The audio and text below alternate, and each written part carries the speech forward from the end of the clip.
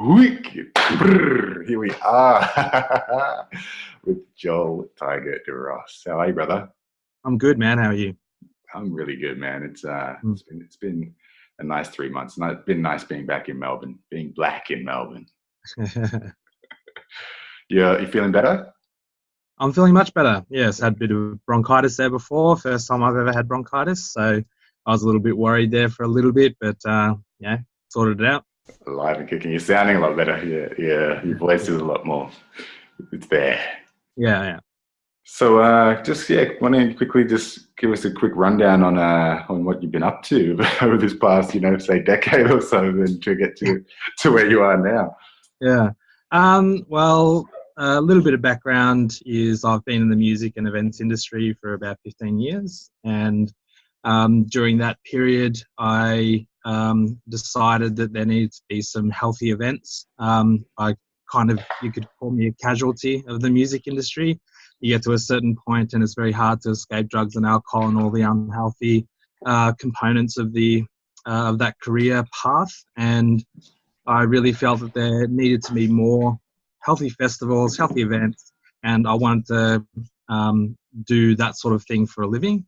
And when I started to look into it, I realized that there's just so much risk associated with organizing events. And in order to give myself and other people wanting to do the same thing as me a better chance of success, I decided to look at how can I solve some of these problems within the event industry by making them easier to plan. And eventually that led me into technology, where I wanted to create event planning solutions that were like a video game. So like SimCity, where you could drag and drop objects into an environment and that would represent what the actual event was going to look like and provide better communication between stakeholders and minimize risk and all of that sort of stuff. And then in 2012, the Oculus Rift virtual reality headset came out, and I connected the dots and felt if I was going to be designing in 3D, and this lets you go into 3D environments, then you would be able to potentially do all of your planning in a virtual simulation. And so the next couple of years I spent a lot of time delving into immersive technology and fostering the immersive tech community, organizing meetups, etc. And in the last couple of years, I've decided to create a new meetup, which is very focused on educating the music and events industry on emerging technology. And that's pretty much what I've been doing for the last couple of years. Awesome. Sounds like fun. I love the quick, it's like that was like a couple of minutes version. So I'm going to delve a little bit deeper into that. Yeah. Talk to me about how specifically you were involved in events. So like what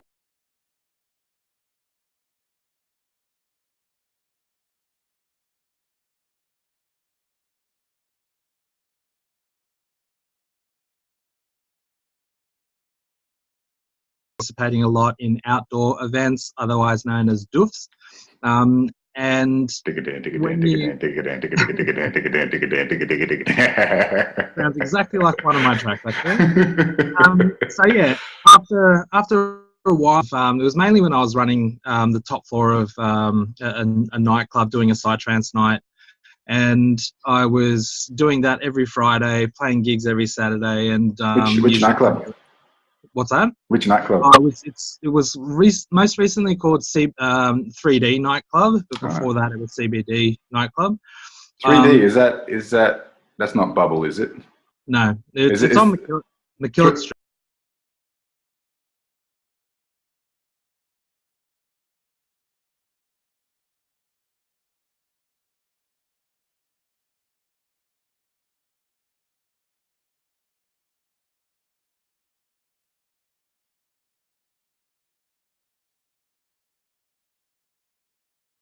Was to like the last time I would sleep would be Thursday, and then the next time I would sleep would be Monday night. So wow.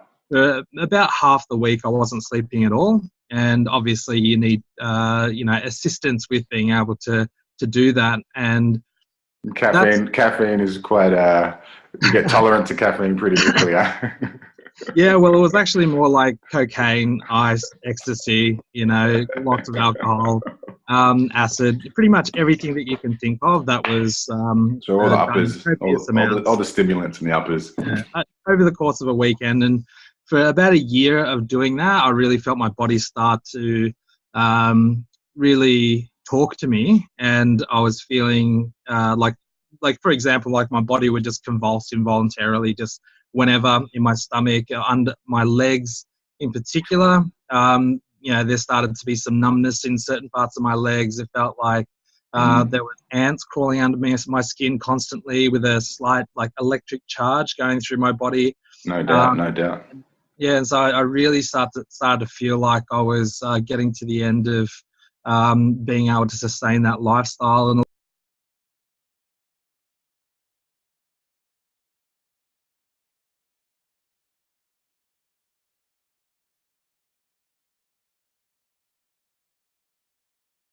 an album launch coming out, and so after the album I did a little bit of a tour.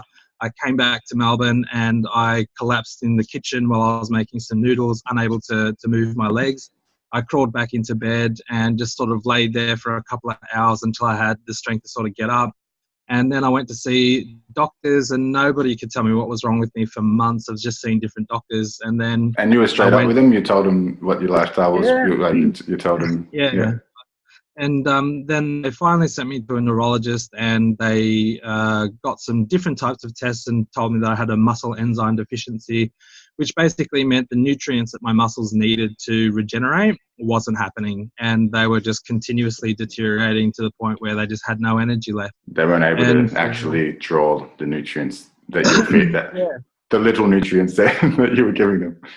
Yeah, so I couldn't stand up for a little more than 15 minutes at a time, and so that meant that I couldn't work. A lot of the work that I was doing back then was factory work, so I couldn't stand up for long enough to even do a job. So for a year... And what age are we talking? So how old are you at this point? I think I might have been about 24, 25.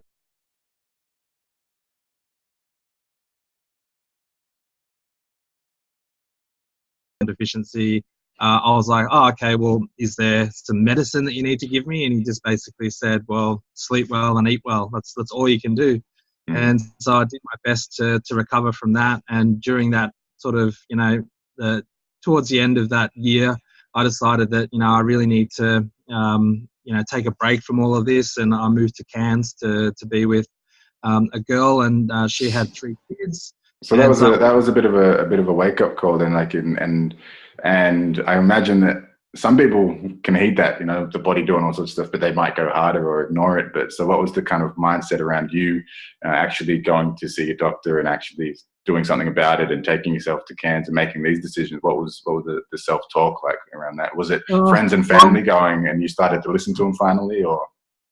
Well, it was really, I had other things going on as well. I had bad anxiety, and so every night, almost every single night before I'd go to sleep, I'd have like a panic attack, and it was always brought on by fatigue. So here I am needing to sleep, but every time I try to sleep, I have a panic attack, and I had to lie on one side of my body with my arm propped up so that the weight of my arm wouldn't put pressure on, because it was always palpitating. I was struggling to breathe, and I dealt with that for a really long time. So my health was really, really deteriorating, and I had to confront the fact that, this lifestyle wasn't something that I could participate in anymore.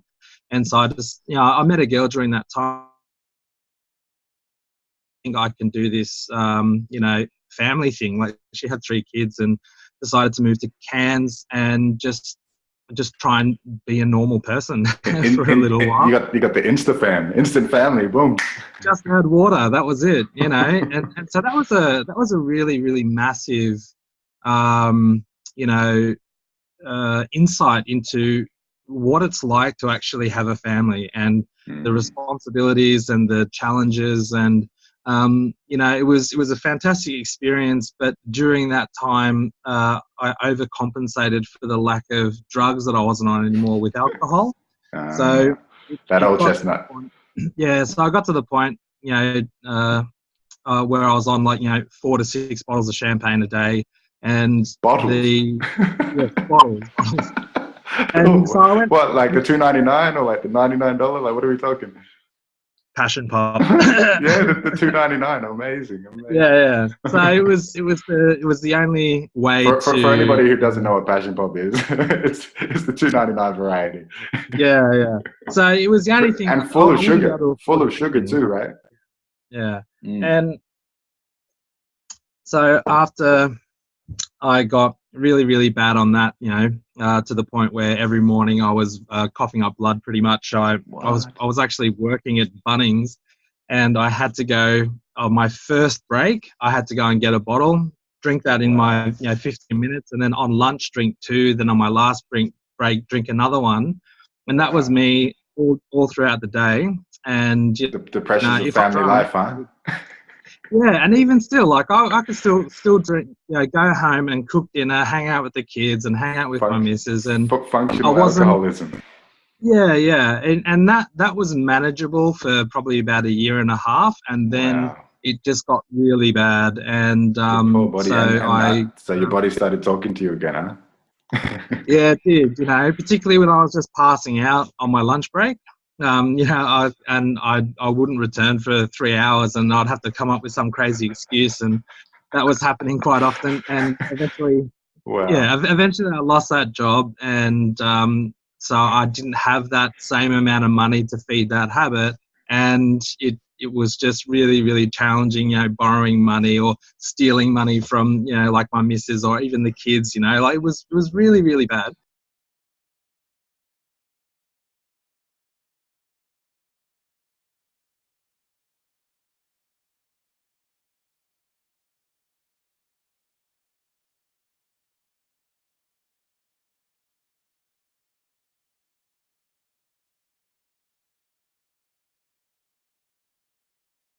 Clean for another couple of weeks, but there was challenges within the relationship, and I relapsed, and what I realized was that I I wasn't going to be able to stay sober in that relationship, and so that relationship ended, and I came back to Melbourne, and that's when I realized how bad the situation is with Melbourne with addiction, because I found out that there was a several-month waiting list to actually get into a rehab down here.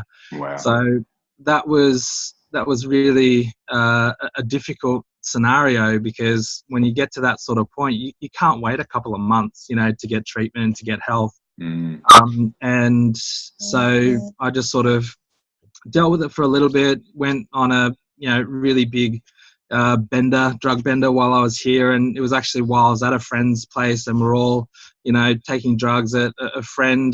What was really interesting though, because I was open now, I'd been to rehab, and we're all there, smoking ice essentially, and in that conversation that we were all having, everybody started to open up, and everyone started to actually, what, I actually do have a problem as well. And that was really powerful. And hi, my name is Joel, and I'm an addict. yeah, and one of those people actually said, "Hey, well, I've got a house, and I'm barely ever there. If you need a place to sort things out, you can stay at my place."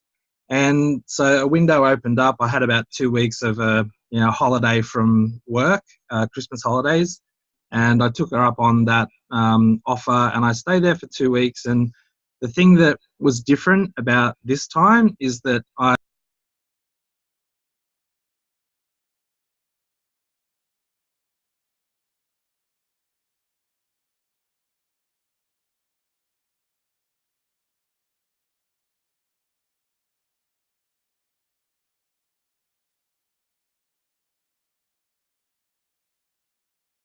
almost like a very regimented environment. You can't have the internet. You can't have the things that you would typically do to occupy yourself. And I learned a lot of stuff in rehab, which was important, which I could apply when I did it myself. What kind of things in particular? Mainly just understanding, what are the things that trigger, cravings, and understanding how important it is to have a good and safe environment, when you go out of rehab. And that's one of the biggest challenges, is that people go to get rehab, or they go and get treatment, other kinds of treatment, and then they go straight back into the environment that they left, and it's toxic, you know, and it's really, really hard to defend yourself against an environment where it's almost bombarded. Everything's a trigger. Everything reminds you to use again. Right. So it's actually a really big challenge, and that's why when I relapsed and I had to confront the fact that I had to create a safe environment for myself.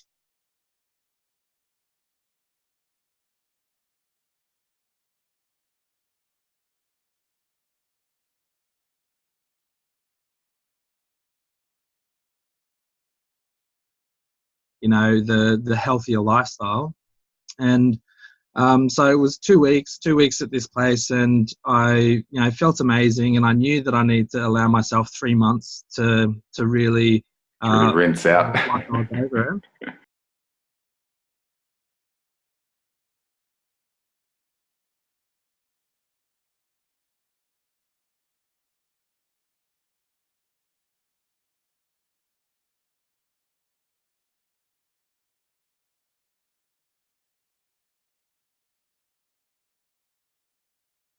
In what way? Like you felt a pull towards it, or you felt an aversion towards it, or? No, you just feel instantly like you want to start drinking, or so you felt the cravings come up. It's the triggers in the mind. Yeah.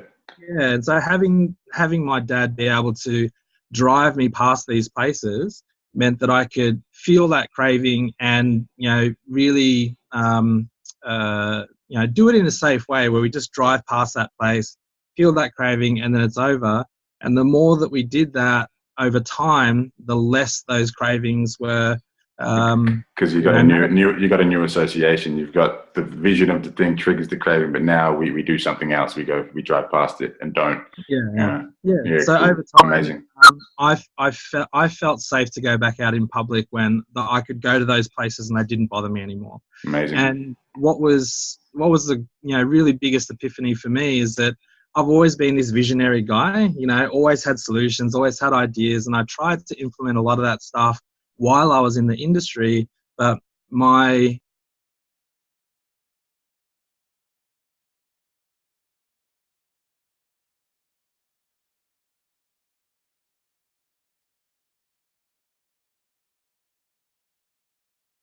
everything just started to work, you know, and that was when my whole life changed. And yeah, so that's how I've pretty much gotten to, you know, yeah, pretty much. Amazing. And just I want to continue on this thread for a little bit. So the first idea when you decided, all right, I'm going to go to Cairns, this is messed up. My body's sending me these messages and I'm, you know, paying attention to them. Was that something that thought that came to you one day? You were just sitting there thinking?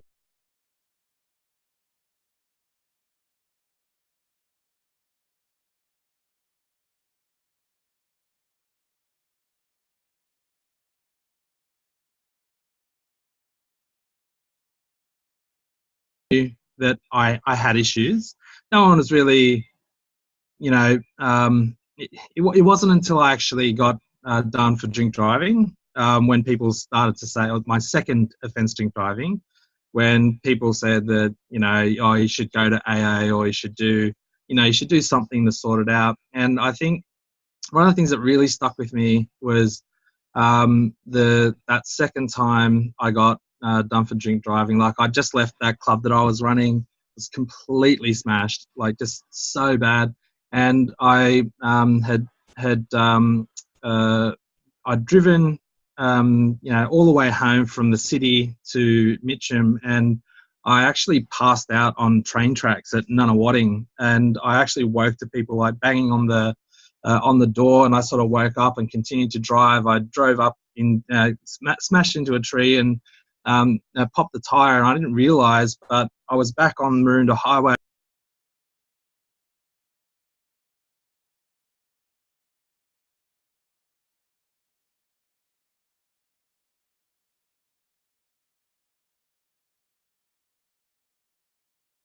And I didn't really register what was going on. I just saw this woman in the car on the phone, and I don't know why, but I went up to her and like I looked very, very thug. You know, I had cornrows, I had my big night jackets, and all the, you know, the typical attire of somebody you'd see, you know, at a train station.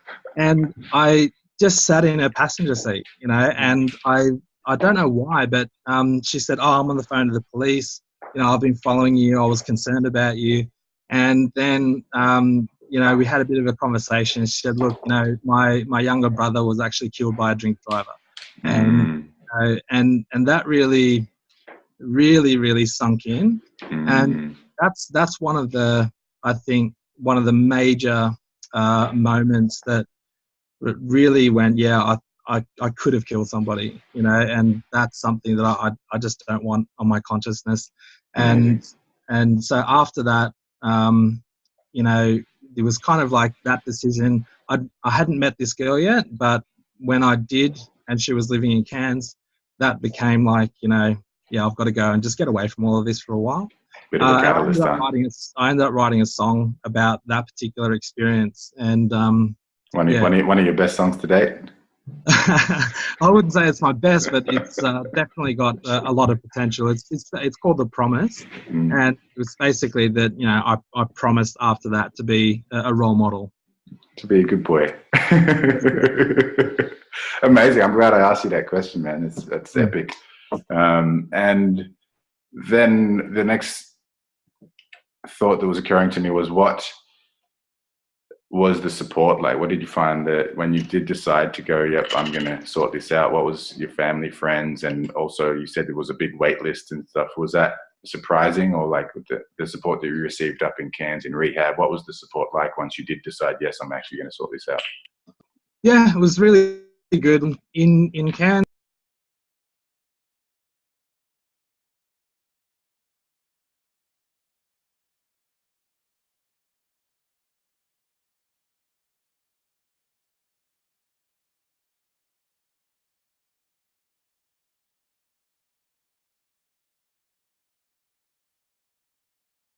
I got to share, and so I shared my story, and it turned out that really, really resonated with a lot of people. And this was the first time I'd ever done public speaking, essentially.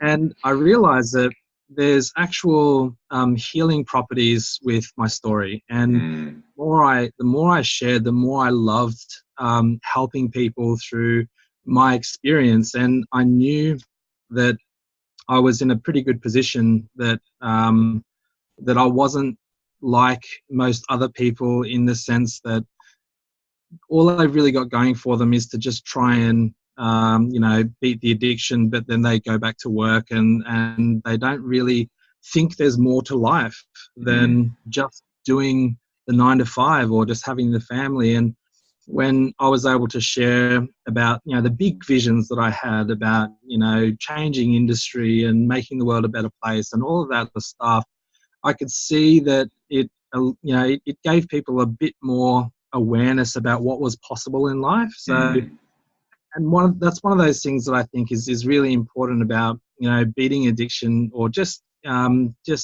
having a more fulfilled life, is that there's more to discover. You know, there's more to experience, and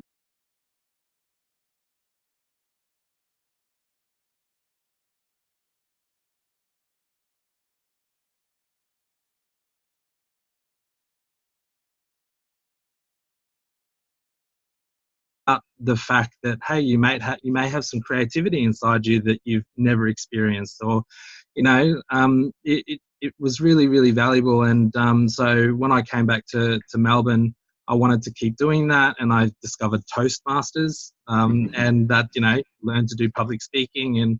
And so then I got involved in, you know, when I sort of gained some subject matter expertise in virtual reality and you know, music industry innovation, I started to be invited to talk more about certain things, and I eventually ended up doing a TEDx talk. You know, so from my first, you know, public speaking experience in AA led essentially to doing a TEDx talk, and that's been, you know, a really cool little pathway, I think, as to Super cool. yeah.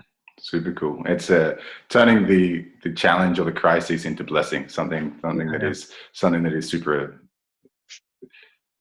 close to my heart. You know, because I've had, you know, been through some stuff as well. Like with my best mate in the world, you know, committing suicide, jumping in front of a train, with my baby brother.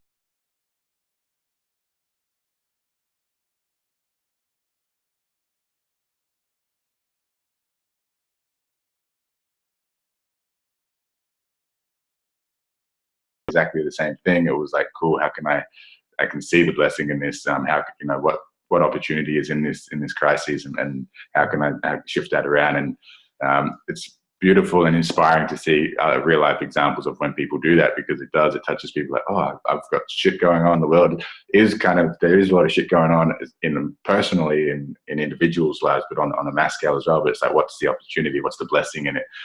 You know, and the bigger the crisis, the bigger the craziness, you know, the bigger the obstacle usually behind that is a bigger opportunity or a bigger blessing as well. So good on you for you know, seizing that. You know, it's I'm glad you did, and I'm sure there's thousands of people out there who are glad you did too. You know, so just segging into the Toastmasters and that journey. Can you tell us a little bit about like your VR journey and because I know that you had sort of no experience when it comes to computing and IT stuff. Like you knew how to make beats, but you know, how did that all happen? Well, essentially, I was introduced to technology when I wanted to get some software experience. And a friend of mine was working at a software company, and I said, well, do you think I could get some work experience there? And so that was green lighted. I was there for about 2 weeks, and it turned out that my boss was actually the president of Linux Australia for a couple of years. Just casually. He had a microchip under his hand, and he was able to control his house with that. You know, he'd put satellites in space, and you're working with Tony Stark all of a sudden. Yeah, and one of the consultants that was there, he introduced me to the meetup communities and the social change movement.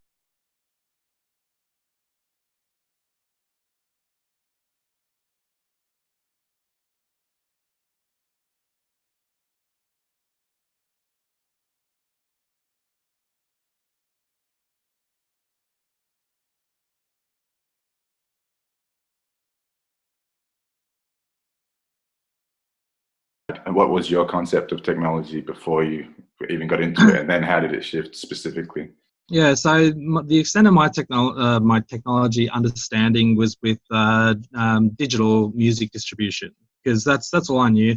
I was releasing albums on CD just like everybody else, and but I knew that the industry was shifting because I did my research before I got into the music industry and realized that eventually everything was going to be digital. And so I'd done a lot of research on digital distribution platforms, and then iTunes.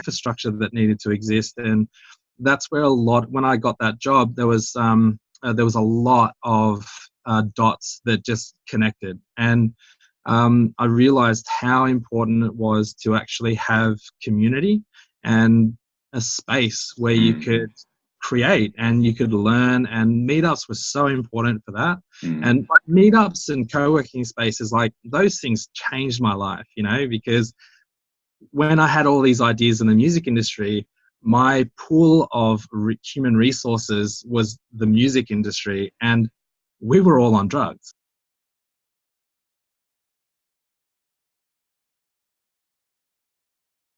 From the reality. Exactly. So everyone had big ideas, but nobody could really deliver on anything. And no one had the soberness or the sobriety or the clarity to actually enact any of these big visions that they had. Yeah, and so the second I found a new community of people that could actually execute their ideas and knew what resources were required in order to do that, I just started to see the world in a just completely different way. And that really shaped who I started to become, because we are a product of our environment. And all of a sudden, I really had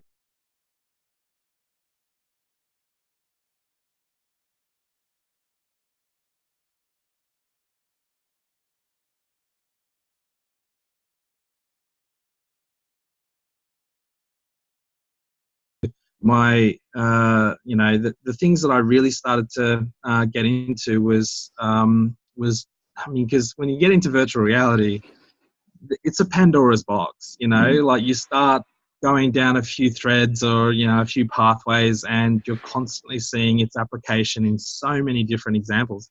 And I can talk about how the technology that I originally started off with, planning festivals, evolved into so many different things, because what the problems that we're solving are around better communication of logistics, risk, and of financial decisions, and creating a simulation that allows you to fail safely. And that's a really big deal if you're doing something as complex as a music festival. So is this kind of like what do they call this when you're trading with like fake money?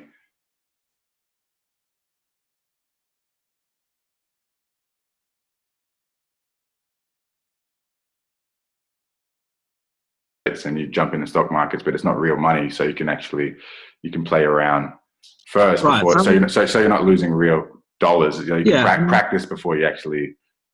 Yeah, I mean that's just what we call simulation. So you're simulating the activities that you would typically do in a real life scenario, just minus any of the risk. Yeah. And so essentially that's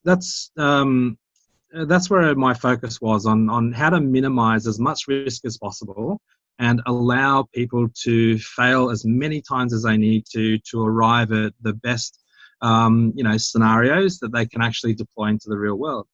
And when you think about a music festival, it is like a mini version of a society.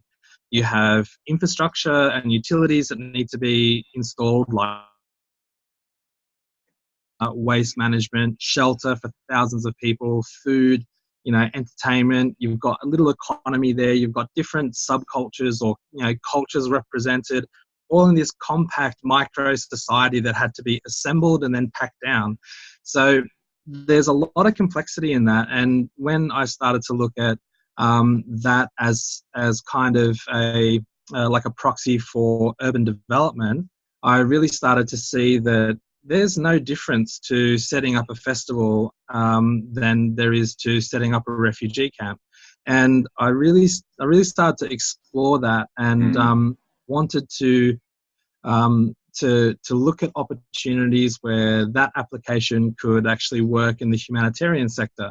So how could we better respond to a natural disaster? How can we anticipate the next disaster and work out all of the best responses before the disaster actually happens, so we can deploy those resources really, really efficiently, and we can, help these societies recover.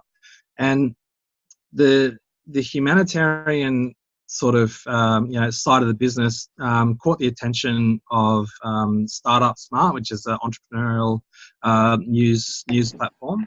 And after an article ran on that, I was contacted by the Vahara Foundation, which is an NGO that's doing a lot of humanitarian work, and they've got a Just repeat that name again for us. Vahara Foundation. And so they had a rock concert, just a disaster, and it's called Rock Against Poverty. And so they contacted me and said, hey, look, we read the article and we really like the fact that you've got a platform that can make events easier to plan, because we have this charity concert that we'd really like some help, to grow this this event series. But, it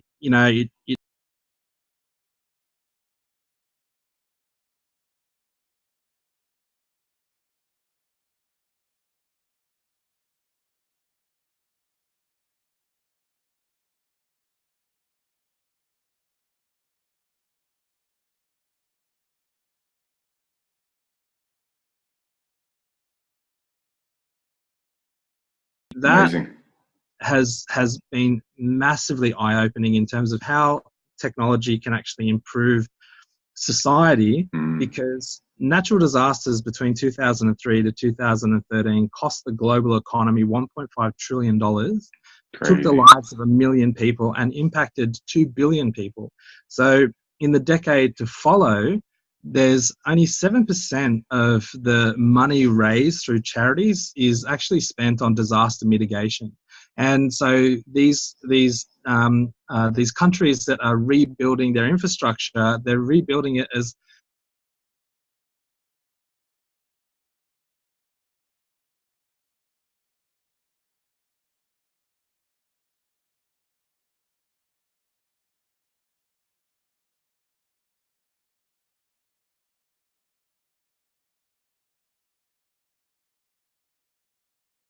one example is Haiti. When the Haiti earthquake happened, $9.6 billion was raised, and 0.6 of that was actually used by local NGOs. So from 9.6 billion to 36 million was actually deployed, and I think today 60,000 people are still homeless, and that's from like 2010. So that's consistent across the entire humanitarian sector. There's a lack of transparency in the way donations happen. And what we can do with technology is we can use simulation to actually show how can we rebuild this society in a way that can withstand future disasters, or how can we relocate this population to an area that is less disaster prone. We can simulate all of this stuff, and we can connect all of the suppliers that are going to be delivering the recovery project, have complete and then when the Rock Against Poverty concerts actually go live, then people are actually seeing the simulation of the recovery project, and when they donate, they know that every dollar that they give is going exactly to that supplier to build that building, and that will create so much transparency and empower people to actually invest in mitigation.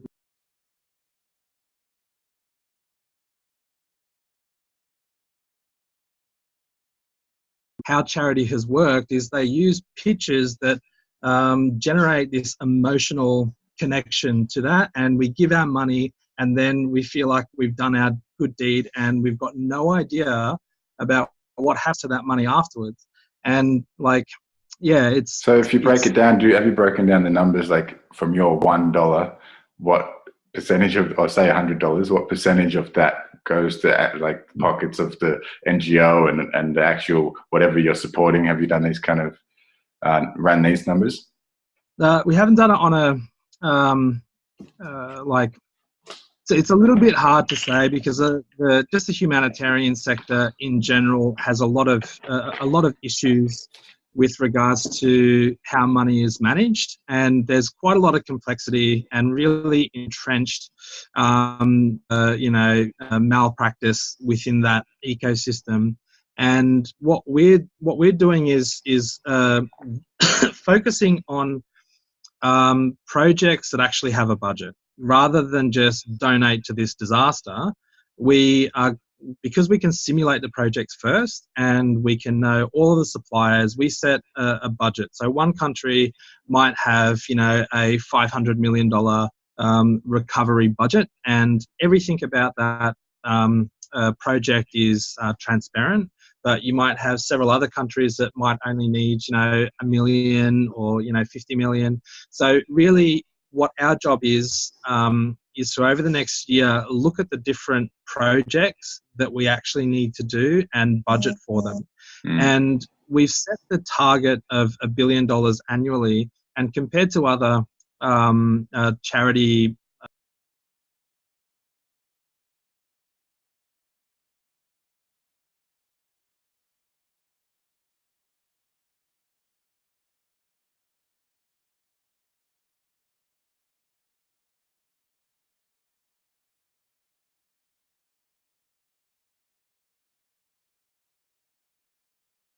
through other NGOs, other big corporates like HP and Google, and that was just for more equality for women, removal of better hygiene infrastructure to eradicate open defecation. So that Things was like one event. one event. So Yeah. $6.1 billion worth of contribution. Some of it financial, some of it was actually computers and things like that. But that is the power of a really good campaign, and the awareness that can come from a concert. When 80,000 people come, and you've got various celebrities, and you've got people from government, and they're talking about these issues, really, really resonates with these people. And events is such a powerful agent for change. And so the more I sort of delved into technology and how powerful a festival is, or a concert is, or a meetup is in telling or educating people on what is actually happening in the world, but more importantly,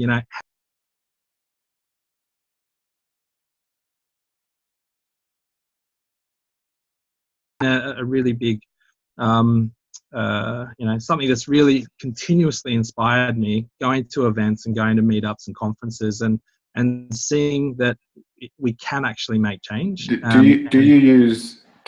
Sorry to interrupt you. Do you want to finish that point before? Oh no, that was pretty much finished. So, have you used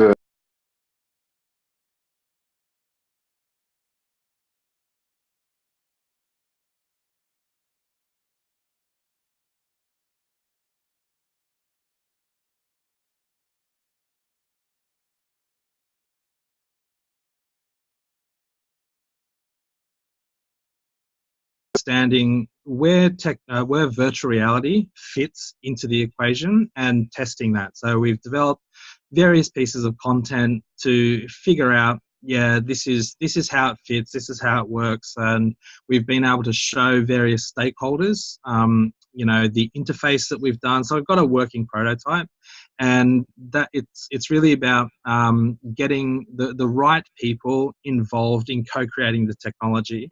And a big mistake that a lot of people do if they're going to create any sort of solution is they build it and then they get it to market and then find out that nobody actually wants what they built.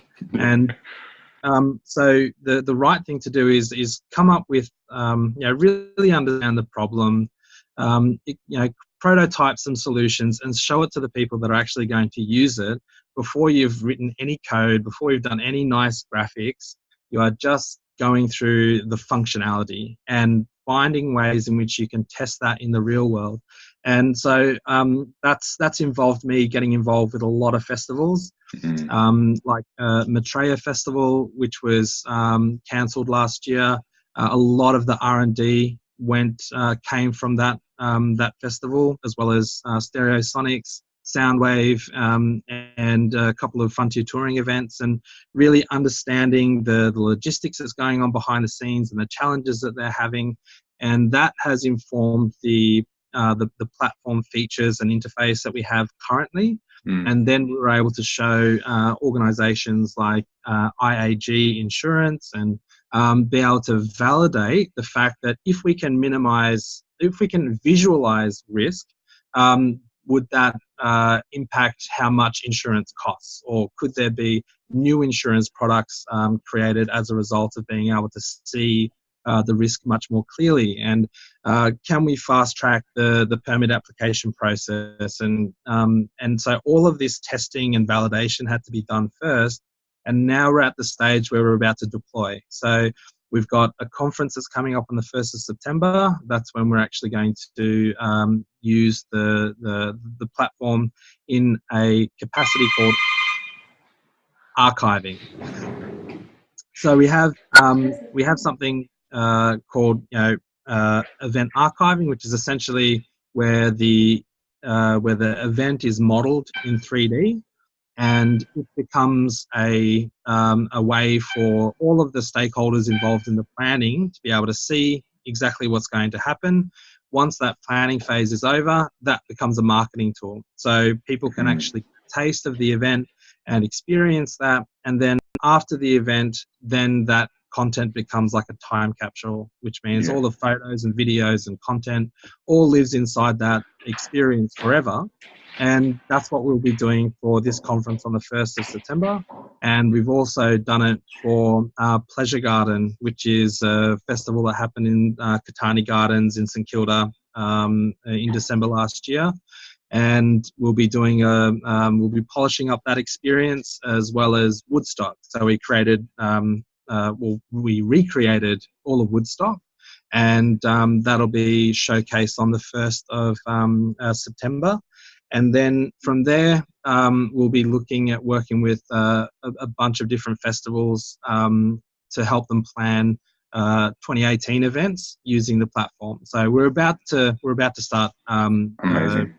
executing a lot of these events with the platform. Amazing. Sounds super exciting. And with what you mentioned with the Maitreya Festival, there was a few festivals I know that have been, used to be festivals and they don't exist anymore. So I imagine that if you can minimize that risk, then it's quite a selling point for these, whether it's a 200-person DUF that you want to run, or a 20,000 person or 80,000 person event that you want to run on a bigger scale. So is that something that you'd be looking into, to working with the bigger festivals and working grassroots with people who have interest in just starting a little, out the back of the forest kind of party as well? Yeah, well, we're actually going to be working a lot with council because essentially the issue is with the permit application. So if you're an event producer, you typically don't have that much official event production experience. A lot of people started off inspired on the dance floor. They got their friends together, everyone chucked in money, and they started doing events with no clue about whether they were doing it right or not. And they just end up sticking it out for a couple of years, and they might have some wins and some losses, and the crew churns, and you got different people all the time and different venues and different suppliers. And so it's very, very difficult for event producers to operate at a really high level.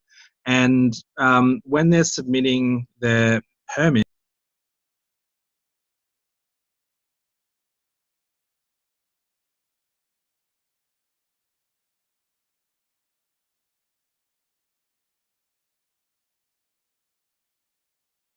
every event that they're doing, they're paying off debt from the previous year, and they're never really able to make money. So the average time it takes for a festival to actually become profitable is a decade.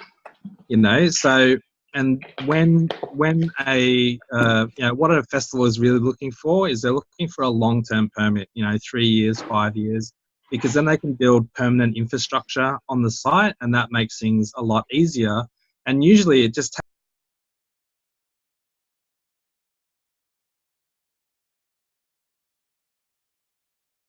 is accommodating that festival.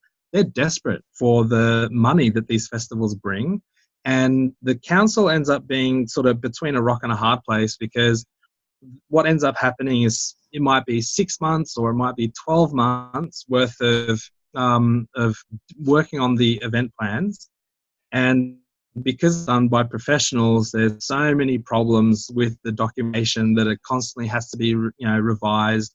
With the red tape and all of this, the hoops that you have to jump through, like with the legalities of it all. Yeah. So meanwhile, the event producer is already paying deposits. They're buying airfares. They're locking in all of these things which cost money, and they don't have that permission yet. So it might get to a couple of months out from the festival, the permit is denied. They've already spent hundreds of thousands of dollars, and now all hell breaks loose. And in Maitreya's case, the host town, which was Charlton, they essentially missed out on $2.5 million that Maitreya would have brought into that economy in one weekend. And that's the equivalent of several years worth of, normal tourism. And the council is the one that is really wearing the taking that responsibility of saying, okay, we actually have to deny this permit. That promoter is going to lose out on millions of dollars, and so is our community. But it's all about this documentation. If it's not good enough, then what else can they do? And this Maitreya is just one example of 30 festivals that have been cancelled since 2012. And when we look at the amount of money that all of those festivals would have generated, we're looking at about $100 million. Big number, yeah. Yeah, and this is all because the planning process is just so convoluted. It's so archaic and outdated. It should be digital. It should be way more efficient than it currently is.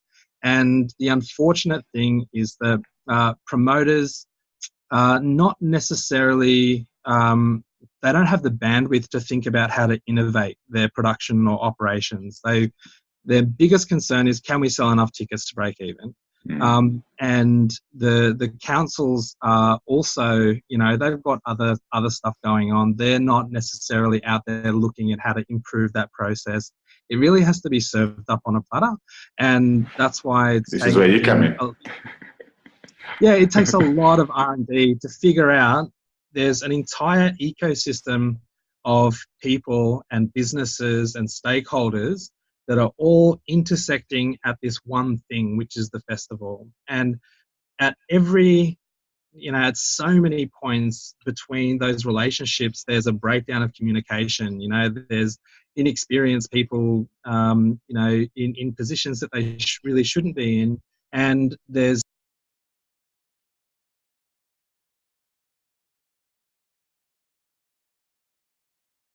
logistics is terrible. So there's so many different problems all need to be solved at the same time. And to solve a problem that big, requires a really massive solution and an incredibly in-depth understanding of the dynamics between everybody within that ecosystem. And the councils are the ones that actually have more. Way more to benefit from, because we have regional Australia, which is really struggling economically, and these festivals can bring in huge amounts of money very, very simply. And so for them, the value, money and prestige as well. Like, if you get known for a festival and people come to that, long term, not just for that weekend as well. Like, for instance, if we talk, a wide open space festival, there's like whole hordes of people moving there and injecting that economy with the whole stimulus kind of these new people workers and people actually, it's like this whole new thing that's happening just from one little festival. It's blown up the whole area, and it's not even just the money, but it's also that kind of it's this mystique or prestige which blows it up to a whole new level. Yeah, and it doesn't even have to be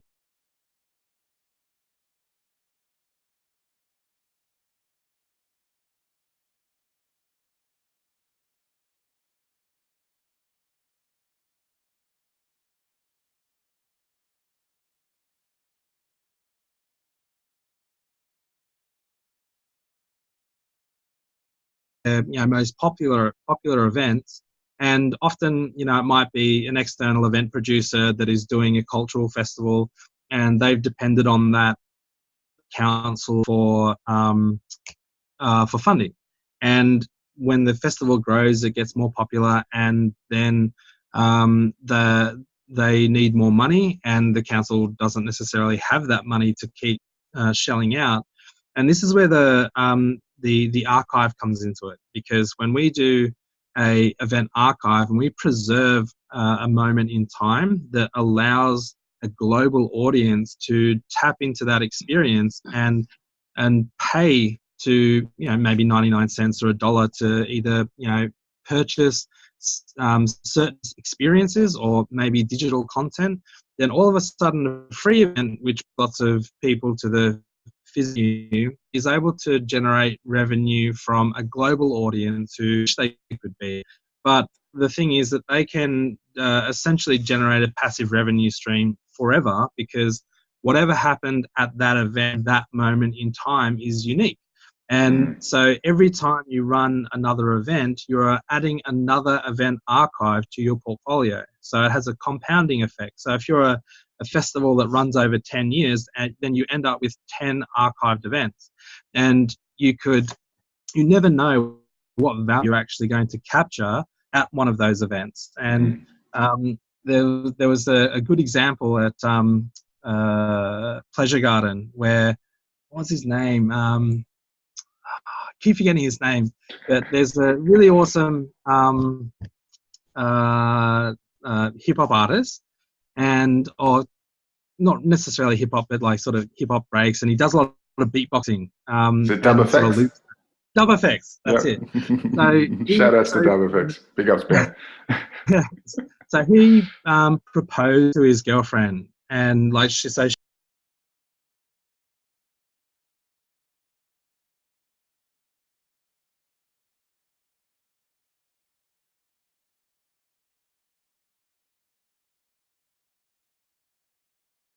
we had so Ignition Immersive, who's our 360 film partner. They were testing out some 360 video and capturing various aspects of that event.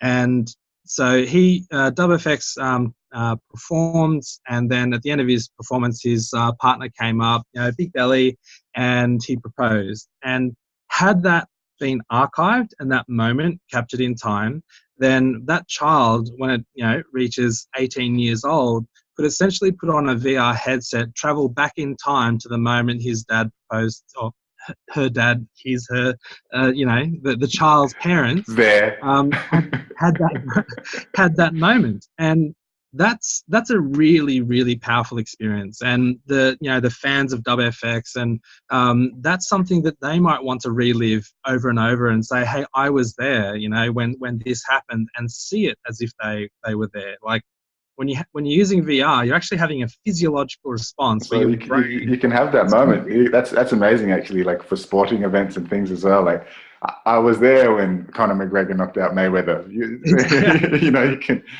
can be there. Like that's amazing. Exactly. Absolutely amazing. So this is the sort of stuff that is really going to change the way events are produced, because.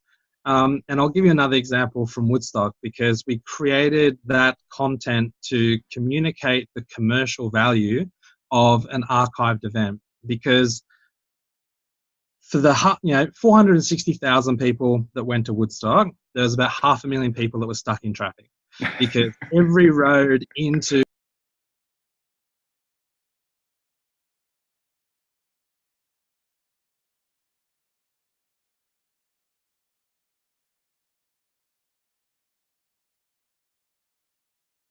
they'd set up the gates, and they had to make a choice. Do we complete the stage and make it safe, or do we set up the gates and start charging people as they come? And they decided, no, we need to finish the stage and all of that stuff. And so they declared it a free event. And then the 13,000 people that were already there got onto the phone and told half of America that Woodstock's now free. And everybody converged on that, and they lost about $9 million on that event. When you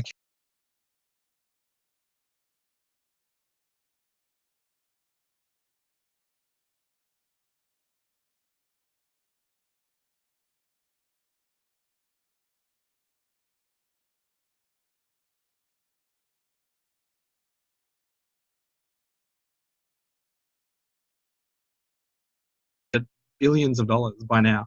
So that is how powerful a concept commercially an archived event is, because it means that you could do a small event for maybe in a corner pub where only 200 people could fit in there, and you might launch the next Justin Bieber, and in 5 years time that artist has 60 million Twitter followers.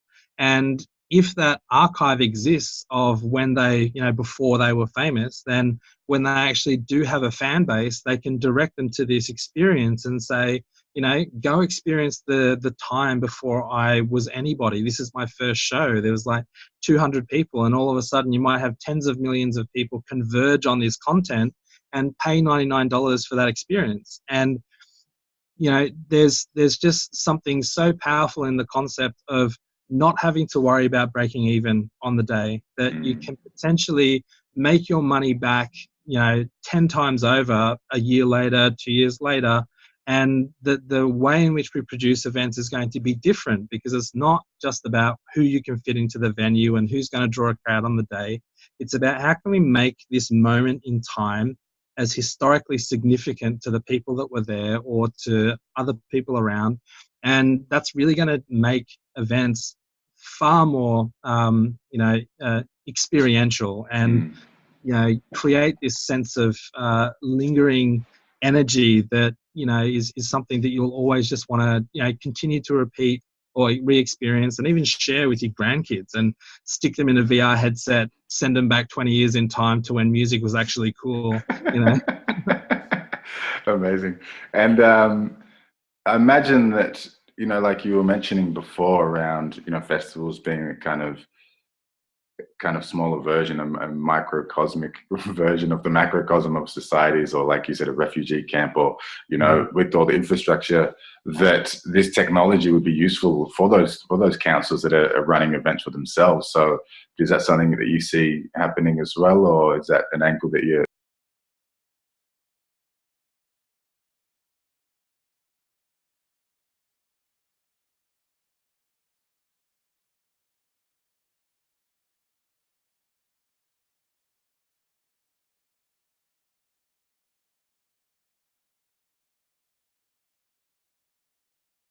as that applies just in general to say a council that wants to manage their assets, which is their community.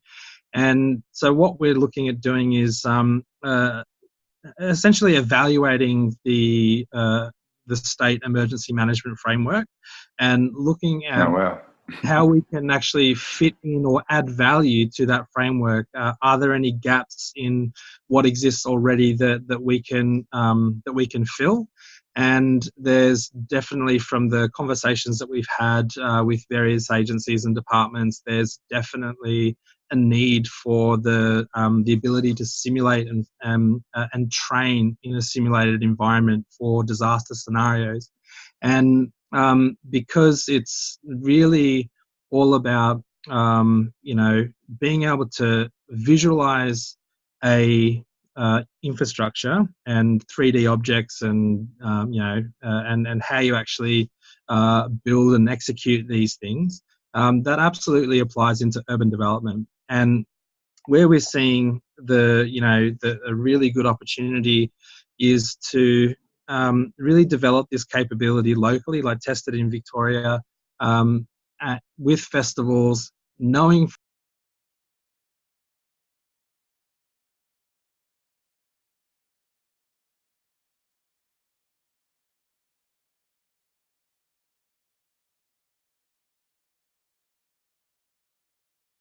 testing environment, because when there's a disaster area that needs all of its infrastructure rebuilt, people need homes and clean water and access to food and all of that sort of stuff, we can essentially have templates of the best type of urban development, which incorporates everything about sustainability, everything we know about, food production, and ethical supplied, ethically sourced materials, and all of the things that we have learned over the last decade. We can implement that into urban development projects, which could essentially just be picked from a database. And all of that really makes the disaster recovery process really efficient and fast and replicatable.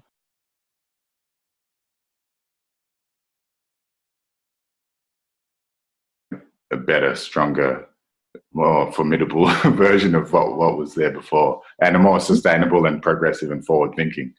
We can build better than the West, because when you're looking at a country that's had all of its its entire infrastructure just wiped out, it's a blank canvas. And you might have people that were essentially in a developing country where they really didn't have much access to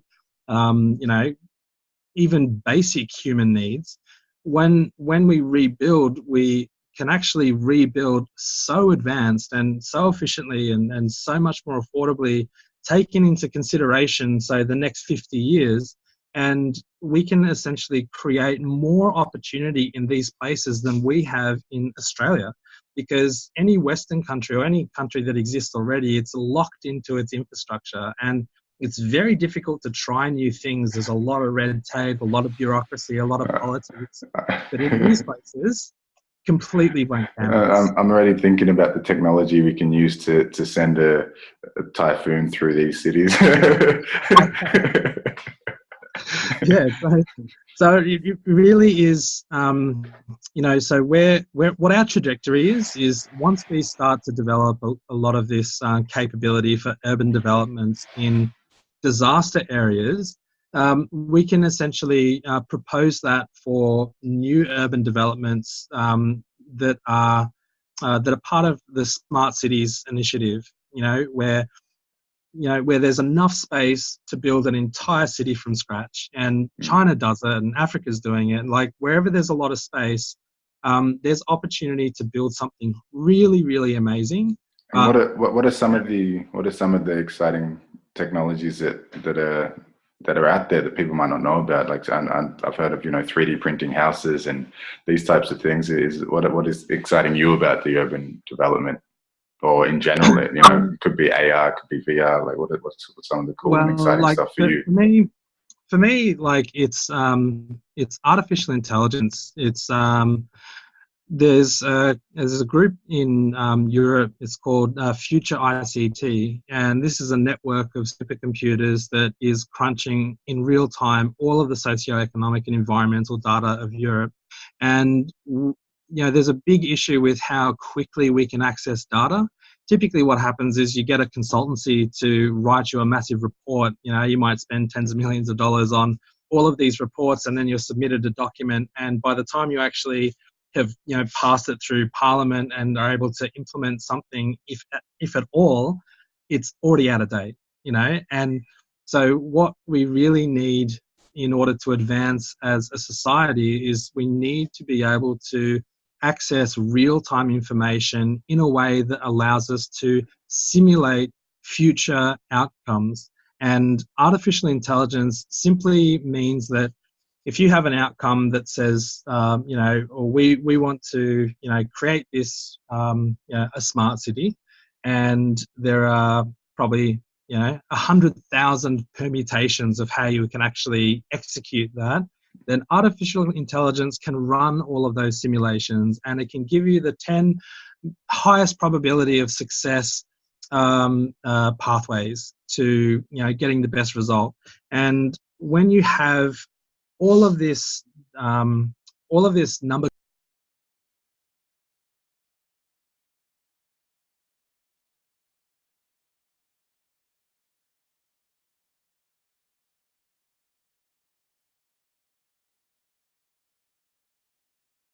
as a society, we won't be voting for people and political parties anymore. We'll be voting on these outcomes that have been generated by simulations, and complete transparency around that. And that to me is really, really powerful, because the last thing to be innovated that desperately needs innovation is politics. And we can remove the I guess it's a very much a huge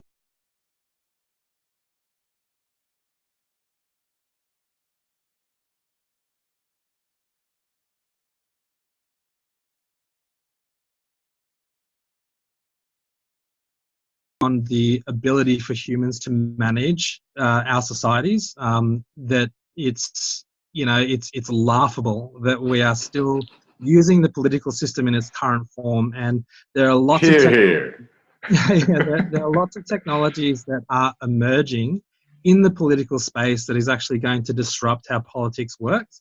And my vote is a good example of that. And Flux is another technology.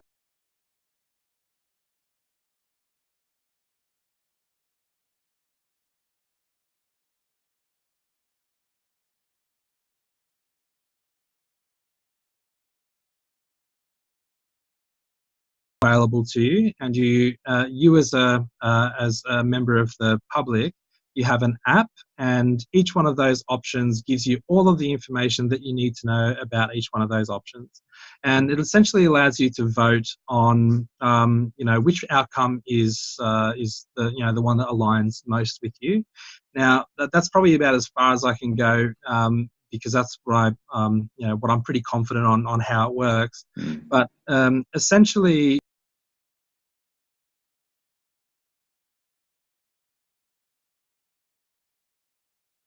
to improve is making this failing safely thing is so important, because when you're a government and you have your whole population that is going to be impacted by you making a decision, if you get that wrong, the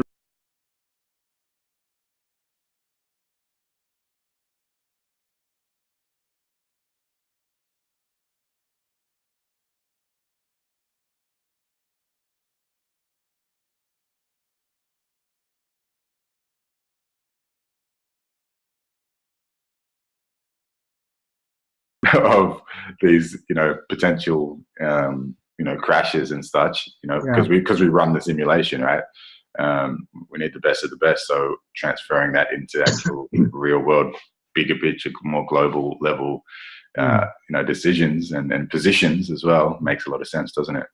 Absolutely. So when a government now can, instead of being completely paranoid about making the wrong decision, they'll have an environment where they can make the wrong decision as much as they want for very, very little cost. And this is essentially Sims, yeah?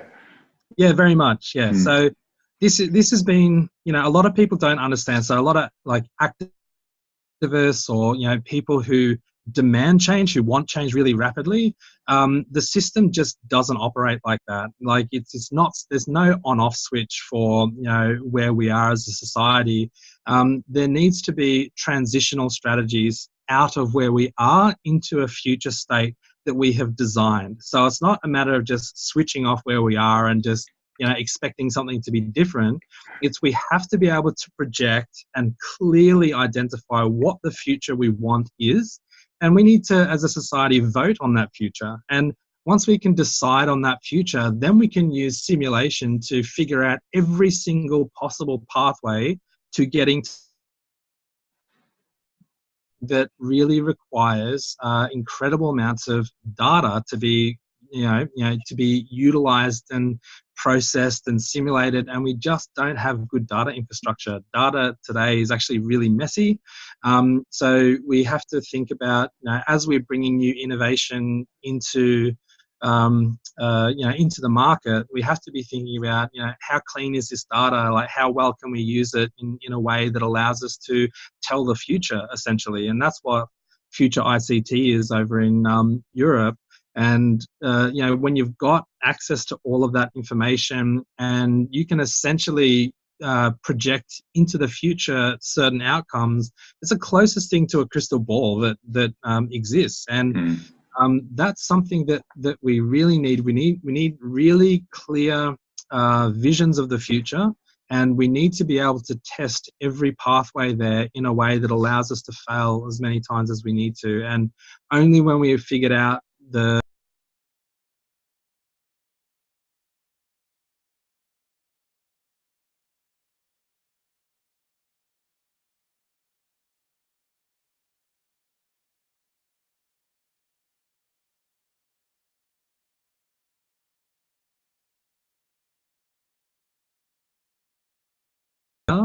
of making the wrong choice that is preventing a lot of it's preventing society and industry from moving forward. And a lot of people don't realize that people say no for a good reason, because the risk is so huge.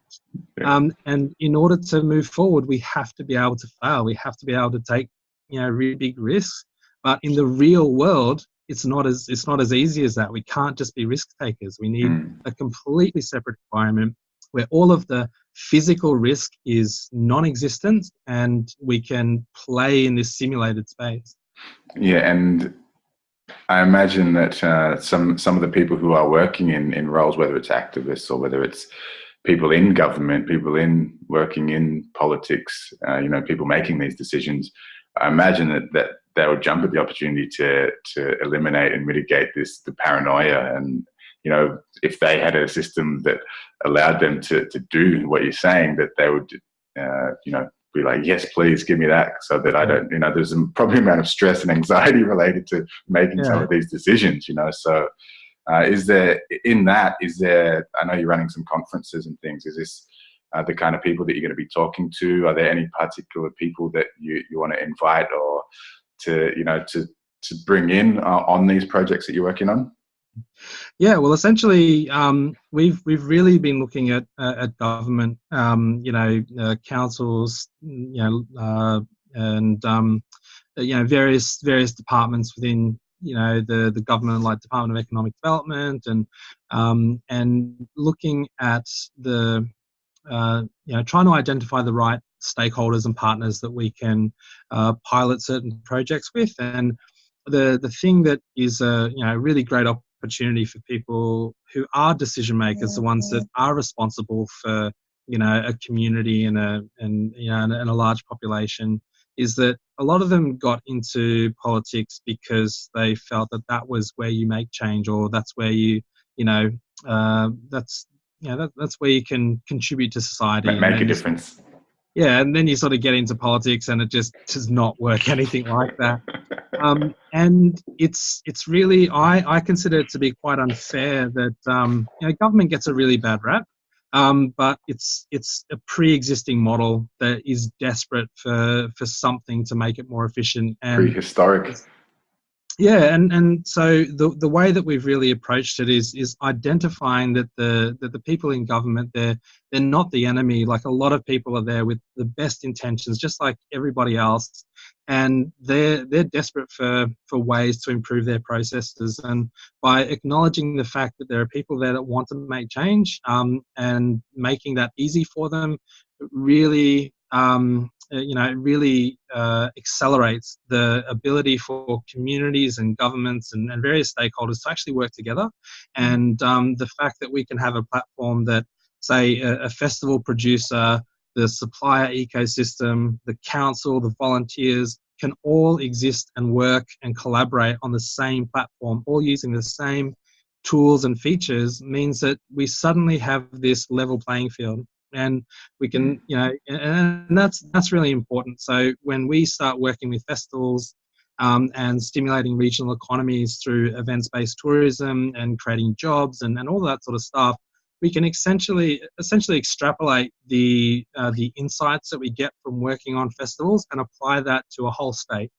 And then once we've been able to test that on a state level, then we can apply that across Australia. And once we've done that across Australia, we can look at other countries in the world that may not have any sort of framework for managing the risk of their assets, or fostering good opportunities and economic development. And we can target developing countries and really create a lot of opportunity. And so the way in which we're going about spreading this message to those types of stakeholders is with the conference that we have coming up on the 1st of September, which is called Events Horizon. Where is that? And so that's at the NAB Arena, 700 Burke Street. So it's the big NAB building next to Southern Cross Station. Okay. And so that's really targeting government, departments of economic development, tourism, education, peak bodies, and essentially speaking the same language as government.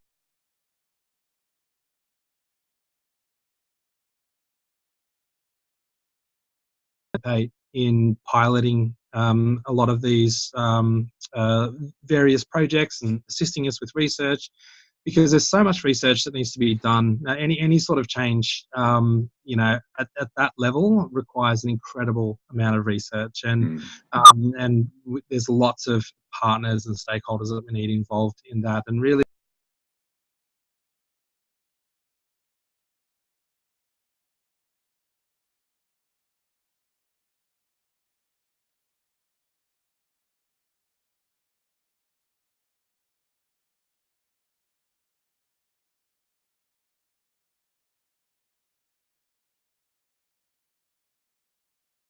within within industry, and from there, that's where we're hoping to really take that conference around Australia. And we also have a meetup which we run every month. It's been on pause for a little bit, and we'll kick back off when we do the conference. But that's Future Music Industry Network, and that's essentially a free event that we do every month at SAE Institute, and that is to educate the music and events industry on emerging technology. So that's really tailored to content creators and record labels and promoters, and the conferences are really more targeted to decision makers and that sort of thing. So, and that's that one at SAE, that's in Melbourne, is it? And that's SAE is South Melbourne. Yeah, and is that you said it's a regular thing, a monthly? Yeah, so basically, once we do the conference, we'll be kicking off the monthly meetups again. So all of our resources and energy is being put into the conference at the moment, and we'll be kicking off chapters in Brisbane and Sydney, and potentially Cairns as well. And so that'll be operating monthly. Beautiful. And with the September conferences that you just mentioned, is that a ticketed event? Is there a limited amount of tickets? How can people get them? Yeah, so essentially that's there's 300 capacity for that event. Tickets will be $80 for general admission and $60 for concession. And it'll be a full day from 9 o'clock to about 6 p.m. That'll be the conference part. And then we'll have an expo part, and that's from 6 p.m. till 9 p.m. And that's more tailored towards technology. So we'll have a lot of VR and AR and all those sorts of things. And there'll be a panel and maybe a speaker or a second panel. So we're still working out the presenters for that part, but essentially the conference will have 4 panels plus 4 speakers and fully catered. So. Are they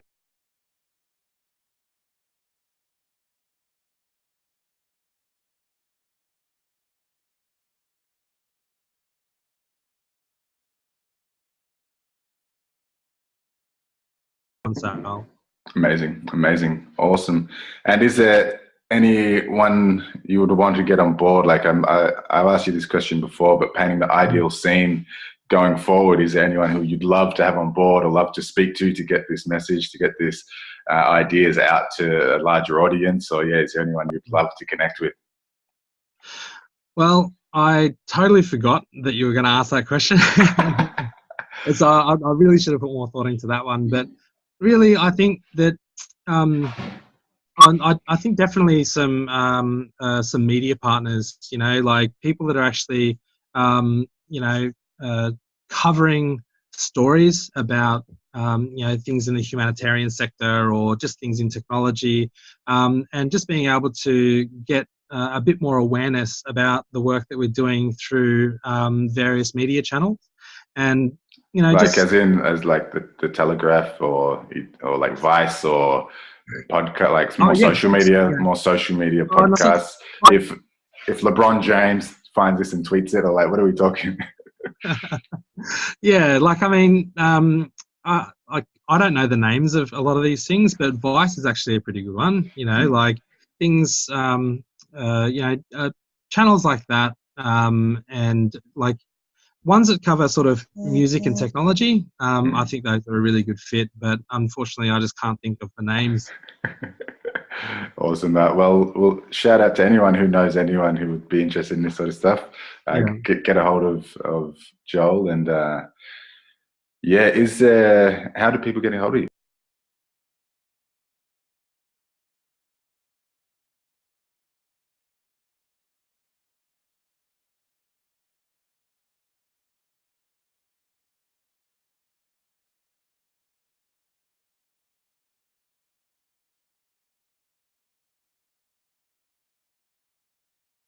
Facebook.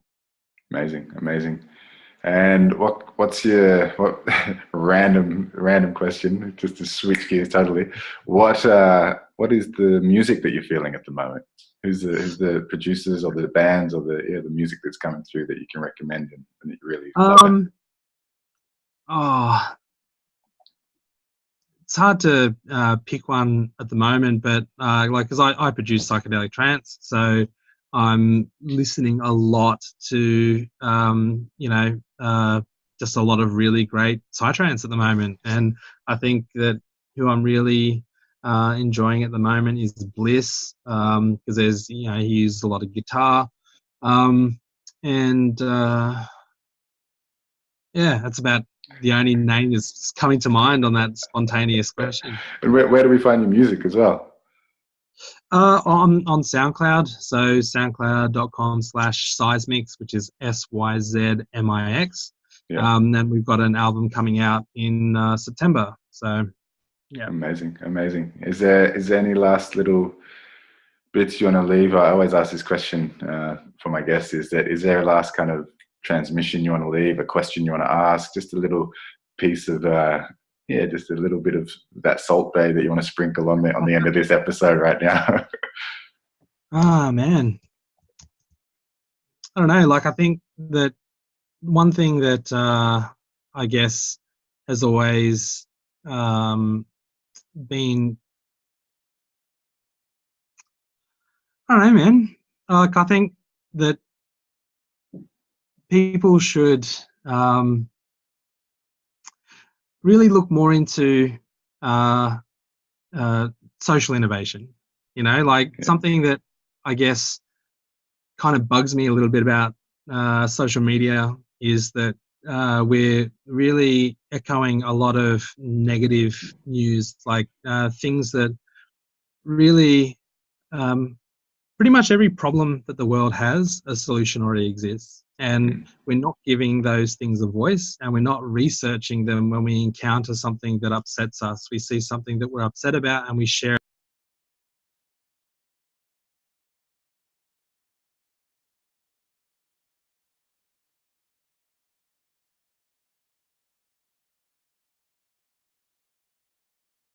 upsets them. Just look into if that problem has been solved and share both those things. Share the problem and the solution, and participate in any way that you can around the solution of things. And that's something that I'd love to see more of. Amazing. Thank you so much for your time, brother. No dramas. Thanks for being with us, and I guess until next time, I hopefully see you in person soon. We've got some cool event coming up. Hopefully you can make it down. Yeah, for sure, man. Till then, brother, rock on.